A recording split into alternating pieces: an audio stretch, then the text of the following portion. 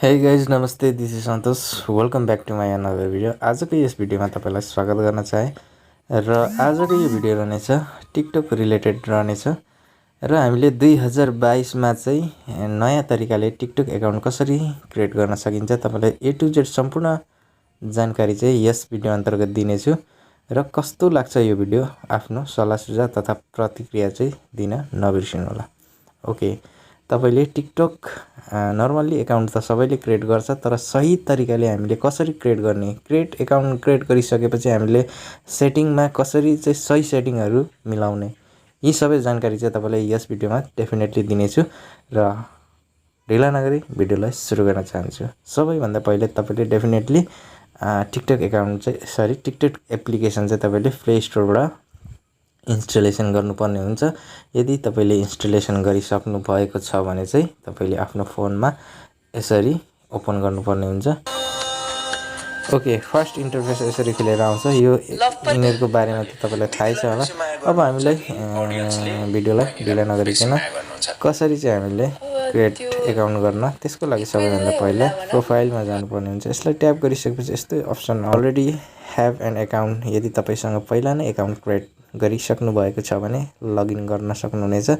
लगइनलाई tap गरेर यहाँबाट तपाईले कन्टिन्यू गर्न सक्नुहुन्छ। यदि तपाईले फर्स्ट टाइम क्रिएट गर्न चाहनुहुन्छ भने तपाईले यहाँनिर 4वटा अप्सन आएको छ। त्यो मध्ये तपाईले फेसबुक, यदि तपाईले डाइरेक्ट फेसबुकबाट लगइन गर्न चाहनुहुन्छ भने यहाँ फेसबुकलाई ट्याप गर्न सक्नुहुन्छ र तपाईले गुगलमा तपाईको जीमेल आइडी कुन रजिस्टर छ, गुगलमा कुन तपाईले लिंक गर्नुभएको छ, त्यो डाइरेक्टली तपाईले यहाँबाट गुगलमा कन्टिन्यू विथ गुगल पनि गर्न सक्नुहुन्छ। ओके, तपाईले यहाँ मात्र लास्टको रहेको छ, तपाईले ट्विटर आइडीबाट पनि कन्टिन्यू गर्न सक्नुहुन्छ, क्रिएट गर्न सक्नुहुन्छ। ओके, अहिलेको केसमा म सबैभन्दा फर्स्टको गर्न गइरहेको छु। त्यसको लागि तपाईले युज फोन नम्बर अर मेल छ, यसलाई ट्याप गरिदिन्छु।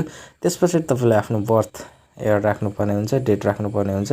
ओके फ्रेन्ड्स, यसरी आफ्नो डेट अफ बर्थलाई फाइनली सिलेक्ट गरिसकेपछि इयर, मन्थ र डे रहनेछ।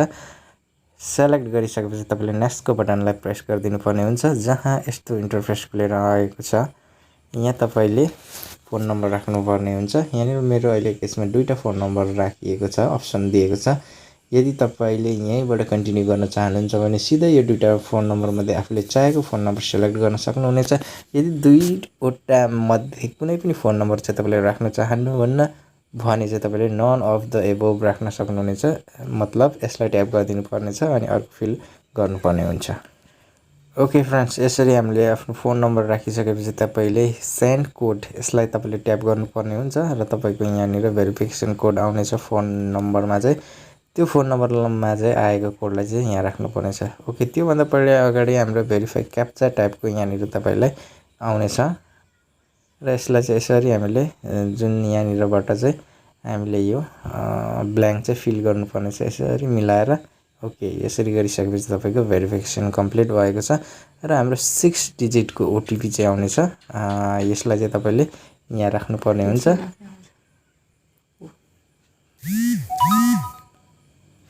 ओके, यसरी मेरो फोन नम्बरमा आइसकेको छ र अटो फिल पनि भइसकेको छ र यसरी तपाईले अब चाहिँ यहाँ तपाईले आफ्नो पासवर्डलाई चाहिँ क्रिएट गर्न सक्नुहुन्छ। यो चाहिँ 8 देखि 20 क्यारेक्टरको हुनुपर्ने छ र लेटर हुनेछ, नम्बर हुनेछ र स्पेशल क्यारेक्टर हुनेछ। कसरी चाहिँ तपाईले टिकटकको मात्र यसको मात्रै पासवर्ड चाहिँ स्ट्रङ सेट गर्न मात्रै नभएर जुनसुकै साइटको पनि तपाईले स्ट्रङ पासवर्ड चाहिँ कसरी सेट गर्न सकिन्छ भनेर चाहिँ तपाईलाई म स्याम्पल यहाँनिर एक्जाम्पल दिएको छु। यस अनुसार तपाईले कुनै पनि साइटको स्ट्रङ पासवर्ड चाहिँ सेट गर्न सक्नुहुन्छ। अहिलेको केसमा म आफ्नो 8 to 20 क्यारेक्टर्सको स्ट्रङ पासवर्ड यसरी सेट गर्न गइरहेको छु। ओके फ्रेन्ड्स, यसरी मैले आफ्नो स्ट्रङ पासवर्डलाई राखिसकेँ। अब चाहिँ मैले नेक्स्टको बटनलाई प्रेस गरिदिन्छु।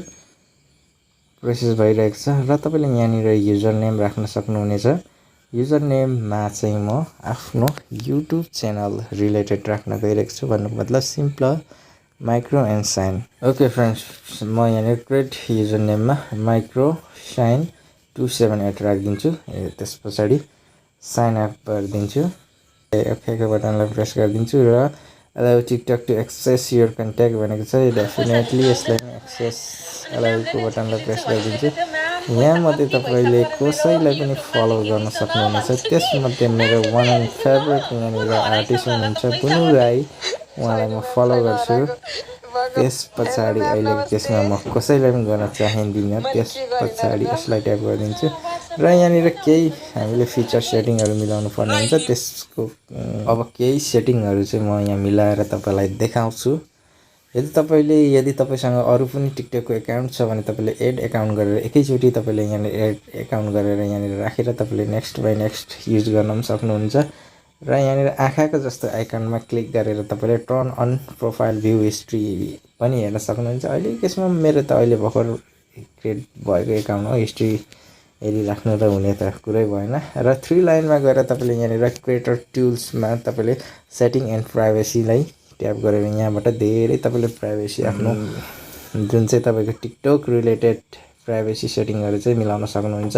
सेक्युरिटी एन्ड लगइनमा गएर तपाईँले यहाँबाट मेन कुरा तपाईँले 2 स्टेप भेरिफिकेसनलाई चाहिँ अन गर्नुपर्ने हुन्छ मेरो केसमा चाहिँ। किनभने मैले जानेको र बुझेको अनुसार चाहिँ हामीले यहाँ मात्रै नभएर तपाईँले गुगल आइडी या त कुनै पनि आइडी, त्यति मात्र नभएर आजकल युट्युबमा पनि 2 स्टेप भेरिफिकेसन एकदम महत्त्वपूर्ण छ। र जुनसुकै एकाउन्टमा पनि हामीले अहिले धेरै नै एकाउन्टहरूमा हामीले यो फिचर आएको छ 2 स्टेप भेरिफिकेसन। यो चाहिँ एकदम राम्रो छ। तपाईँले पनि यदि थाहा छैन भने बुझ्न जरुरी छ।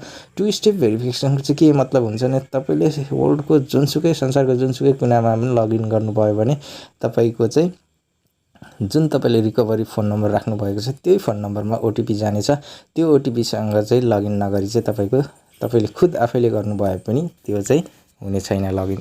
त्यो चाहिँ फोन नम्बरमा एउटा ओटिपी जानेछ अनि मात्र तपाईँको 2 स्टेप भेरिफिकेसन सक्सेस र तपाईँले सेफली लगइन गर्न सक्नुहुन्छ। ओके फ्रेन्ड्स, अरू पनि धेरै फिचरहरू सेटिङहरूको बारेमा तपाईँलाई पक्कै पनि जानकारी दिनेछु। र आजको यस भिडियो चाहिँ धेरै नै लामो भइसक्यो, लेन्थी भइसक्यो, तपाईँलाई बोरिङ पनि हुनसक्छ। म नेक्स्ट भिडियो पनि एकदम निकाल्ने छु, एकदम वन एन्ड अन्ली सेटिङकै बारेमा मात्रै, त्यो सेटिङकै मात्रै बारेमा निकाल्ने छु।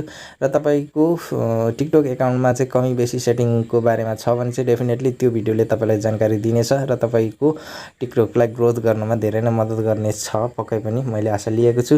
र आजलाई यति नै, बाँकी अर्को भिडियोमा पक्कै हामी भेट्नेछौँ। यो भिडियो कस्तो लाग्यो, यदि तपाईँलाई मन पर्यो भने लाइक, सेयर अनि च्यानललाई सब्सक्राइब गर्न नबिर्सिनु, ताकि यस्तै युजफुल र इन्ट्रेस्टिङ भिडियोहरू चाहिँ तपाईँलाई सबैभन्दा पहिला अगाडि मिल्दै जानेछ। हस् त, आजलाई यति नै। नमस्ते, जय नेपाल।